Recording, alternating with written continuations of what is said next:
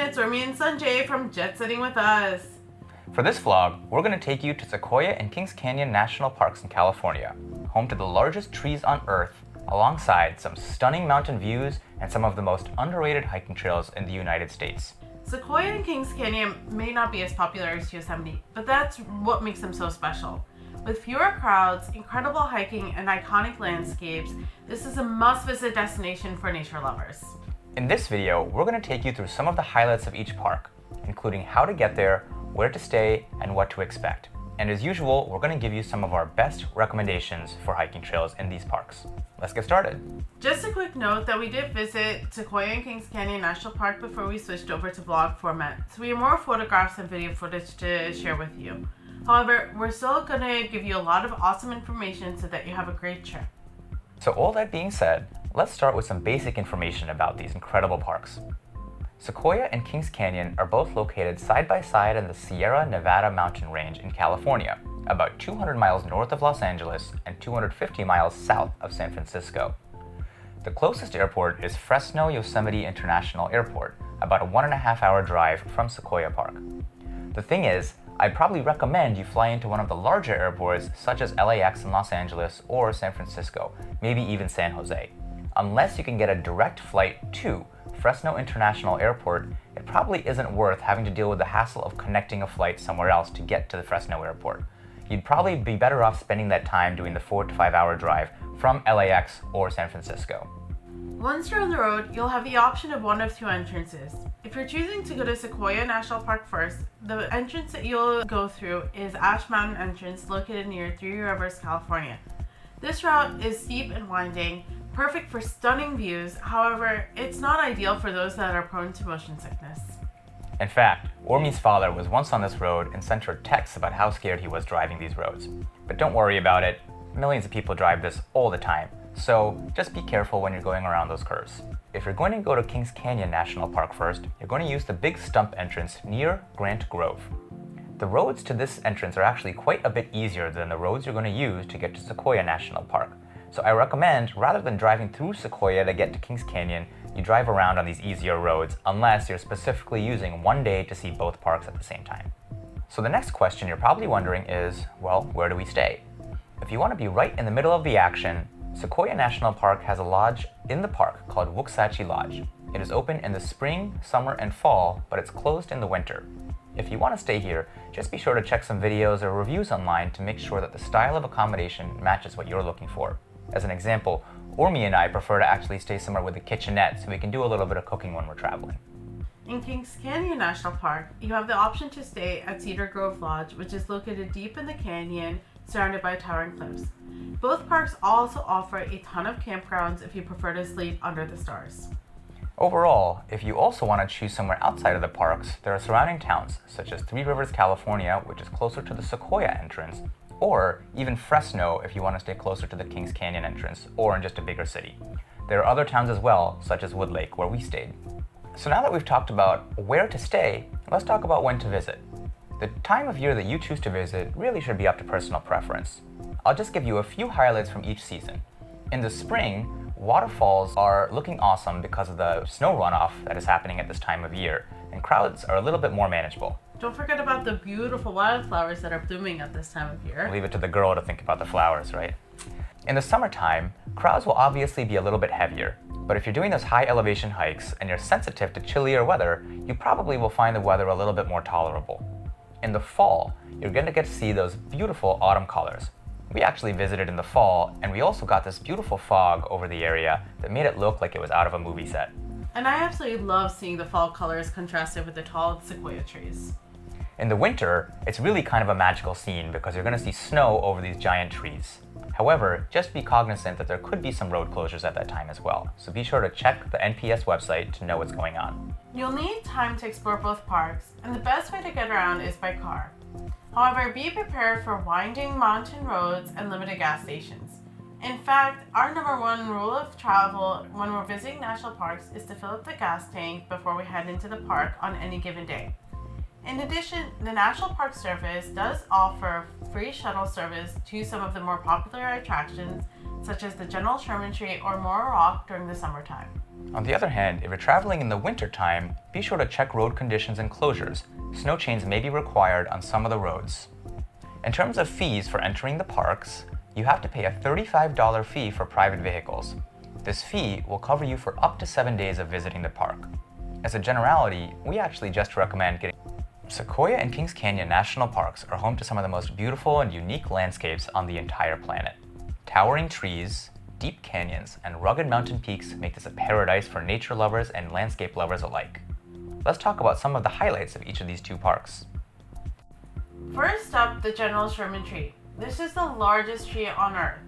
Pictures really don't do it justice, and standing next to it, you'll feel so tiny. The trail to the General Sherman Tree is a short half-mile walk, but keep in mind it's downhill going in and uphill coming back at an elevation of almost 7,000 feet. If you're visiting in peak season, come early or late in the day to avoid the crowds. For one of the best views in the park, head to Morro Rock.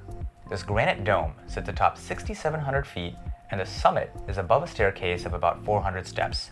The panoramic views of the Sierra Nevada mountain range are well worth the effort. Another fun stop at Sequoia National Park is Tunnel Log. This fallen sequoia has a carved out passageway so you can drive through it by car, and it's such a fun photo op for you and the family. However, be prepared to wait in line as this is a very popular tourist destination for everyone visiting the park. That being said, if you're driving through that area, don't worry about there being a line if you're just trying to bypass. You do have to cross through this area to get to other parts of the park, such as Crescent Meadow, from the Ash Mountain entrance. So don't worry about the line, there is a bypass road, and you can still get a picture from the side if you don't feel like waiting in line. Next, we'll talk about some highlights from Kings Canyon National Park.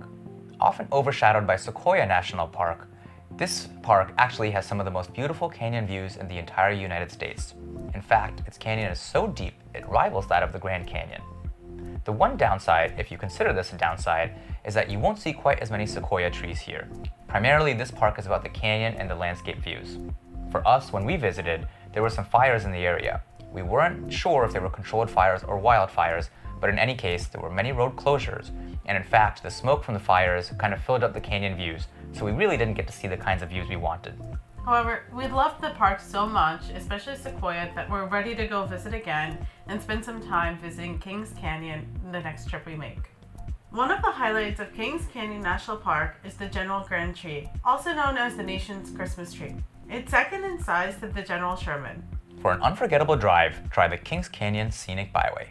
This winding road follows the South Fork of the Kings River, and there are stunning views around every single turn. You'll drop by some stops, such as Grizzly Falls, Roaring River Falls, and you're also going to have some towering cliffs around you everywhere along this road. There's going to be no shortage of awesome photography for you. At the end of the drive, you'll find Zumwalt Meadow, which is a place for an easy hike or even a picnic. Sequoia and Kings Canyon National Park aren't just about the scenic drives. Honestly, some of the best experiences are once you step onto the trails.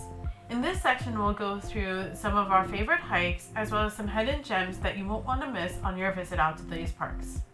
First up is the Big Trees Trail. This is an easy, short, flat loop around a quiet meadow surrounded by massive sequoia trees. It's also great if you have young kids with you who you want to be able to bring on a hike. Next up is our favorite hike from our trip, Crescent Meadow. It's one of the most picturesque spots in Sequoia National Park. In fact, it was dubbed the Gem of the Sierra by John Muir. This easy loop trail takes you through wildflower-filled meadows and past historic cabins. Keep an eye out for black bears. They're often spotted here foraging in the summer. Want to chase a waterfall? The Tacopa Falls Trail is a moderate hike that follows the Marble Fork of the Coia River. After about 2 miles, you'll find Tacopa Falls. This 1,200-foot cascade is especially breathtaking in the spring and early summer. For experienced hikers, Alta Peak is a must. This trail climbs over 4,000 feet in elevation, but they award stunning panoramic views of the surrounding mountain range. If you're up for a challenge, this high-altitude hike is a must-do. If you're looking for a tougher but moderate hike, try Marble Falls Trail. It's located right outside the park entrance, and it has a series of beautiful cascades with picture-perfect views. Don't forget about those beautiful wildflowers that line the trail in the springtime. Leading past some of the most massive sequoias in the park, Congress Trail is a must-do trail near the General Sherman Tree. Next, we'll talk about some of the most recommended hikes in Kings Canyon National Park. A minute ago, I mentioned Roaring River Falls, which is right off the scenic byway. If you visit in the late spring, you'll find the waterfall at its fullest from that snow runoff. It looks really powerful, and it's only a 0.3-mile walk away from the parking lot. Also mentioned earlier was Zumwalt Meadow, one of the most scenic hikes in Kings Canyon National Park. This trail offers stunning views of the surrounding granite cliffs and lush meadows. In addition, the first 0.2 miles of this trail is wheelchair accessible. One of the best kept secrets of Kings Canyon National Park is the Mist Falls Trail. This trail starts by going through the gorgeous Paradise Valley before ending up at Mist Falls. It has that name for a reason. As you get close to the falls, you are going to get sprayed by a lot of mist. Ray Lakes Loop is a multi-day backpacking trek for serious hikers, taking you through some of the most breathtaking alpine scenery in the Sierra Nevada mountains. That's a wrap for today. If you're still wondering if you should visit Sequoia National Park, I'll leave you with the following. I visited probably about 30 national parks as of the filming of this video, and I would put Sequoia in my top 3. These trees have to be seen to be believed. It really looks like it's out of a movie set. Kings Canyon is beautiful in its own right, and if you're visiting Sequoia and Kings Canyon is right next door, you may as well see Kings Canyon as well. Whether you're there to see the giant trees of Sequoia National Park or hike the canyons of Kings Canyon National Park, there's something here for every traveler. We may not have had as much footage as we'd like for this vlog. However, hopefully you've gotten a glimpse as to what makes these parks so special. If you've had the opportunity to visit either Sequoia or Kings Canyon National Park, leave us a comment below and let us know what your favorite part of these parks has been. Alternatively, if you're traveling to these parks or are thinking about traveling and have questions, be sure to leave a comment below, and we'll be sure to offer you our best advice. Otherwise, please hit that like button and be sure to subscribe for more on our travel adventures. We're just getting started in this vlog journey, and we'd love to have you along for the ride. We'll see you in the next one. Bye for now!